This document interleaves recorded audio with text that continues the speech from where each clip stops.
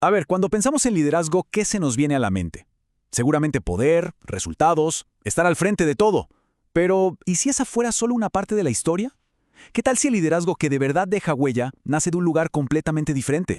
Y esa es justo la pregunta que va a guiar todo este análisis. No estamos hablando de qué hace a un líder exitoso en papeles o en números, sino de qué lo hace genuinamente transformador en la vida de la gente y de las comunidades que dirige. Por un lado está la respuesta de siempre, ¿no? La que se enfoca en habilidades, en métricas, en ser eficiente y exitoso. Pero por otro lado, hay una visión radicalmente distinta. Una que pone el foco en el carácter, en la integridad, en tener una misión clara y en el servicio a los demás. Vamos a meternos de lleno en esa segunda opción. Y para eso, la fuente de este análisis nos da una definición que la verdad lo cambia todo. Propone que el liderazgo no es solo un set de herramientas o técnicas, sino que es una participación en la vida y la misión del Dios Trino.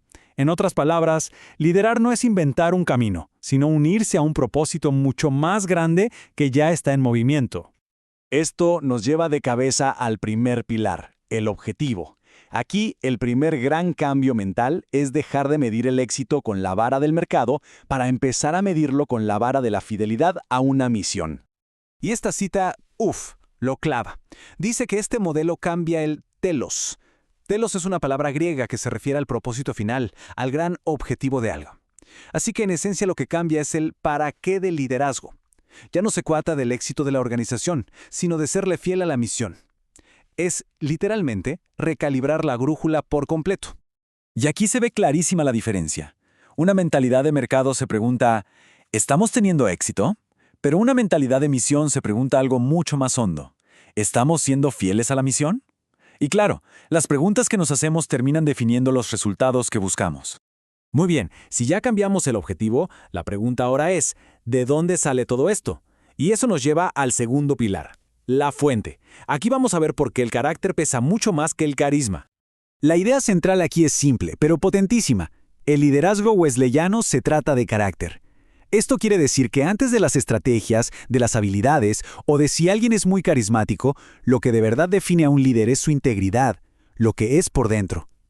Aquí está el meollo del asunto. En este modelo los líderes son aprendices primero. Su capacidad para guiar a otros no viene de un talento con el que nacieron, sino que es el resultado de su propio proceso de transformación. El liderazgo es el fruto de un trabajo interior constante que va moldeando quiénes son. Entonces, ¿cómo se forma ese carácter? Porque no aparece de la nada, ¿verdad? Pues es un proceso muy intencional. Todo empieza con estar abierto a una transformación. Luego, eso se alimenta con prácticas y disciplinas constantes. Y al final, de ahí nace una integridad que inspira confianza. Y estas son, digamos, las herramientas concretas para ese trabajo interior. Estamos hablando de cosas como la oración, la lectura de las escrituras, los sacramentos, el ayuno, el servicio. Son prácticas deliberadas que van moldeando al líder de adentro hacia afuera. Perfecto, ya tenemos el objetivo y la fuente. Ahora vamos a lo concreto, al día a día. Este es nuestro tercer pilar, la práctica, o sea, cómo se ve el liderazgo de servicio en la vida real. Y para entender esto, la cita de Robert Greenleaf es fundamental. Él decía que el líder siervo es siervo primero. Todo arranca con el sentimiento genuino de querer servir. La motivación principal no es liderar, sino servir. El liderazgo viene después, como una consecuencia. Este concepto, además, tiene un marco súper práctico, 10 características que nos dan un mapa clarísimo de cómo se ve en acción. Van desde la escucha hasta la construcción de comunidad. Y ojo, no es una lista para ir tachando, sino un conjunto de hábitos que se cultivan. Veamos un par de ejemplos clave.